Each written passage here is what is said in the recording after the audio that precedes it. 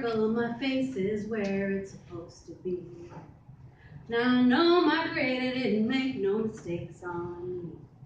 My feet, my thighs, my lips, my eyes, I'm loving what I see. I'm not the average girl from your video, and I ain't built like a supermodel, but I love to love myself unconditionally because I am a queen.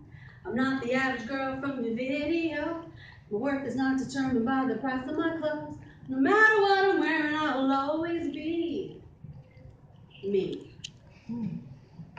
At 45 years old, I would love to be able to tell you that I just enjoy that song by India.Arie because it's a good song.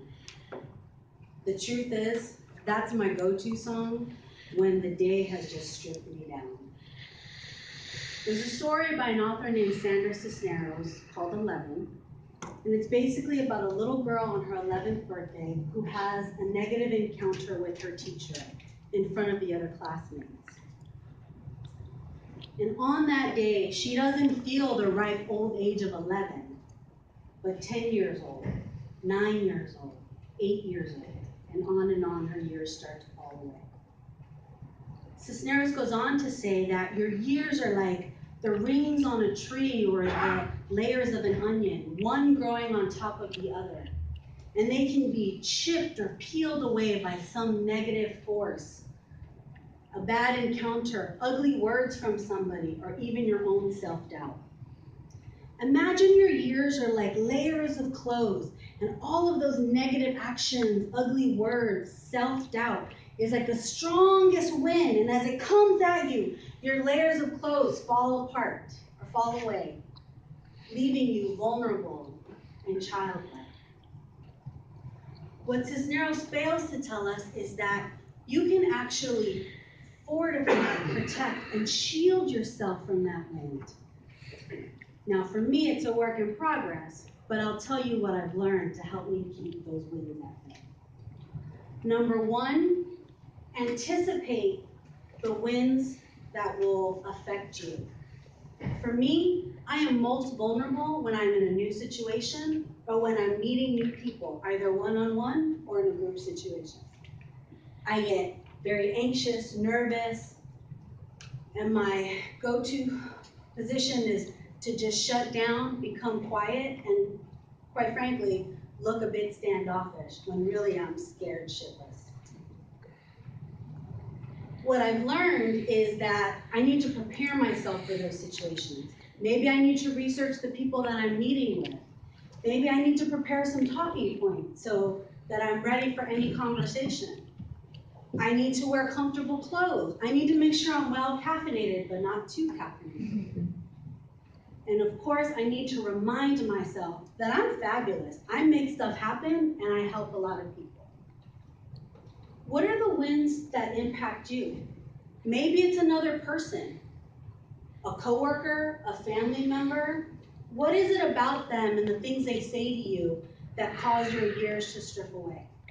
Maybe you need to stay away from them, but if you can't, maybe you need to figure out how to deflect things that they say to you.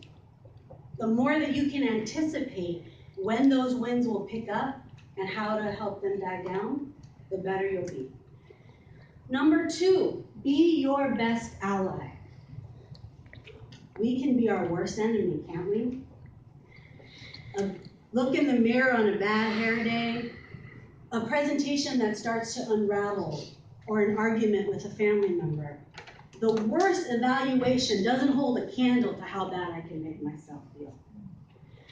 When my inner enemy starts to rise up, I have to call upon my inner ally to remind myself that I can handle this. I can handle anything, and I don't need to add to the negativity that's already out there. Remember, you have to be on your own side. You have to be your best friend, your best cheerleader. Because if not you, then who? And when you have self-doubt, that stuff starts to manifest itself. If you don't think you're worth it, when you walk into a room, nobody's going to remember you were there. But with you on your side, you become a force to be reckoned with, and everybody will remember you. Number 3, go to what makes you feel amazing. I'm sure you figured it out by now. For me, that's music. The best song is that song that gets into my soul and emanates throughout my skin and washes the grime of the day away. For you, it could be reading a book, exercising, hanging out with friends. Whatever you need when your years start to fade and shed away, go to that thing that reminds you how amazing you are or helps you to feel good about yourself.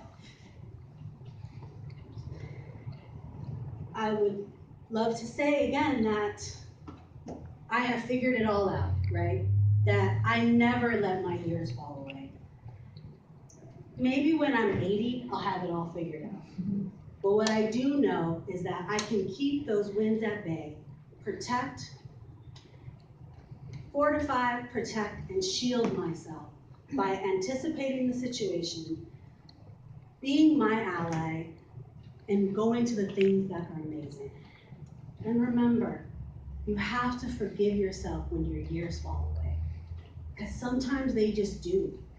You're going to be exhausted. There's a lot going on in your life. Events will happen without you realizing it that will cause your years to shed away.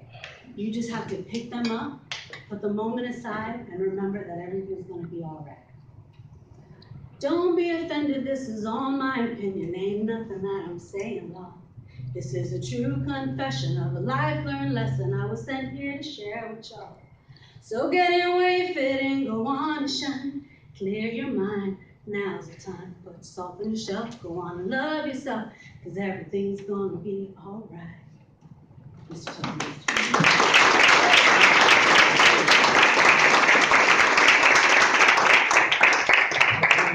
Very much, Sonia. That was amazing. Yes, I think that's all of those points.